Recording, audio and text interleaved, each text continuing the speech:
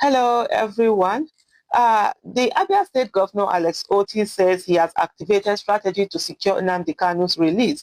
Justice James Omotosho, according to Sahara Reporters, delivered the judgment on Thursday, November 20, 2025, convicting Kanu on terrorism-related charges, a development that has triggered shock and sorrow across Abia State and the wider Southeast. The Abia State Governor Alex Oti has reacted to the life imprisonment handed down to the indigenous people of Biafra IPOB leader Mazi Nnamdi Kanu by the Federal High Court in Abuja, vowing to intensify a diplomatic strategy aimed at securing his release.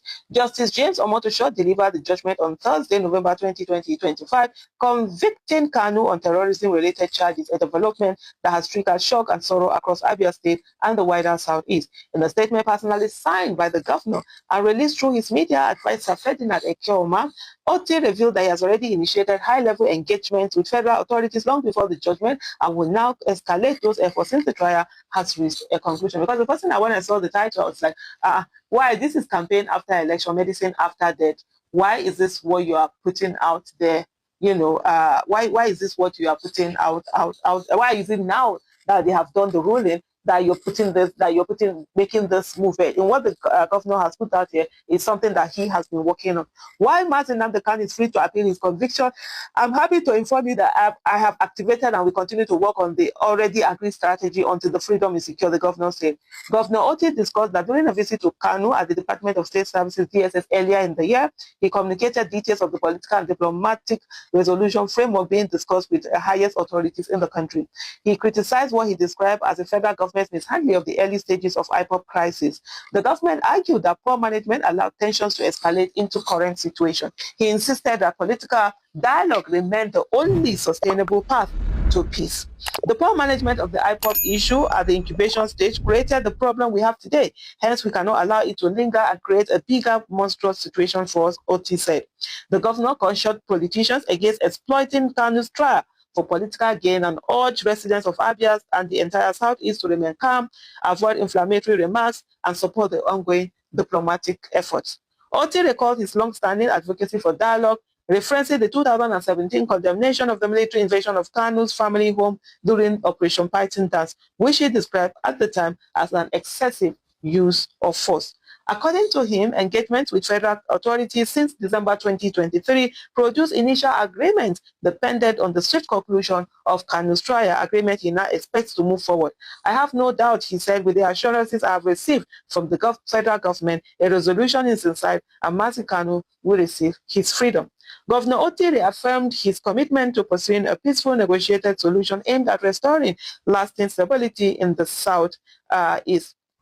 There are some who, for them, some of the things that have been going on, they feel that, oh, why is it that people support? I saw a particular tweet that someone had done that we keep moving, we keep shifting the goalposts so that when something is done, we're like, oh, why was it not done in another region? Why is it done in this particular region? And I think I'm looking at where some people have looked at what Dr. Sam Amadi, I did a video on what he said, where he said that the conviction of Kanu is a political trial of the Indigo. That why is it that other people, of course, have other terrorists that have been doing a lot, they have not been convicted, or they have people who have incited, because the argument of his lawyer is that he did not do it, that whatever it is that he said, inciting statements that he had made and all of that, that those were verbal, that it wasn't something that he carried out action on, to do it. But it's a whole lot of case going on in the case of Nnamdi Kanu. Currently, from the reports that we have from his lawyer, Nnamdi Kanu has been moved to Sokoto State, where he is being kept in prison there. The judgment that he got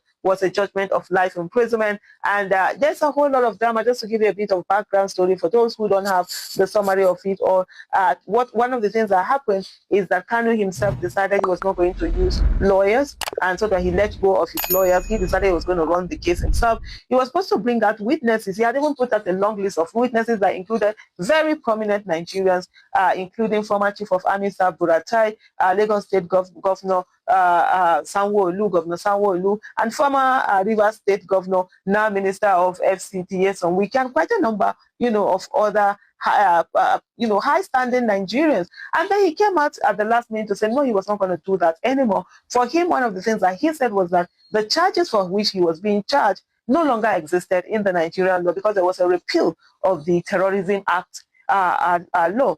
And what he had asked for was that the case should be thrown away. And of course, Nnamdi Kanu then decided to go to the Court of Appeal to say that, hey, the High Court, the Federal High Court did not have the jurisdiction to try him, because for you to try someone, that particular thing that you're trying someone on has to be an offense, that is put there. And then if a law is repealed, if an act is repealed, whatever it is that used to be an offense can no longer be an offense because it had been, repealed. Why that was happening, Justice Omotosho gave him the last chance for him to bring forward his witnesses and sort of like oppose the prosecution. And when that didn't happen on the Monday, then on Thursday, he went ahead to give judgment. While the judgment was going on, Nnamdi Kanu sort of like, how do I put it now, sort of was saying no to that particular judgment, saying that no, the judge should not go ahead protesting. Yeah, that's what I'm looking for. Protesting against the judgment being done, because he said, why are you charging me on a crime that doesn't exist in Nigeria as a crime, on something that doesn't exist in Nigeria as a crime? And at the end of the day, the court, sort of like the judge acts as security agent to take Nnamdi Kanu out of the court. And Nnamdi Kanu was taken out of the court, and that judgment was done in his absence in the court. And in less than 48 hours, the next story that we heard, so there was a judgment, right, and was given life imprisonment. And in less than 48 hours, we heard he had been moved to Sokoto. There are some who will argue that, hey, anybody can be moved anywhere, wherever they decide on the prison that you're going to stay. But the alacrity with which that was done is one of the things that raises eyebrow. Because first of all, you're wondering, even before the Prisons Act or DSS or whatever it is that is holding him, you would expect that they should have waited to get the certified true copy. Because whatever a judge says, that's not the judgment. The real judgment is what is written down in the certified true copy, which is something that I don't think they waited to do. So it also begs with the question of what really is going on. Thank you so much for watching.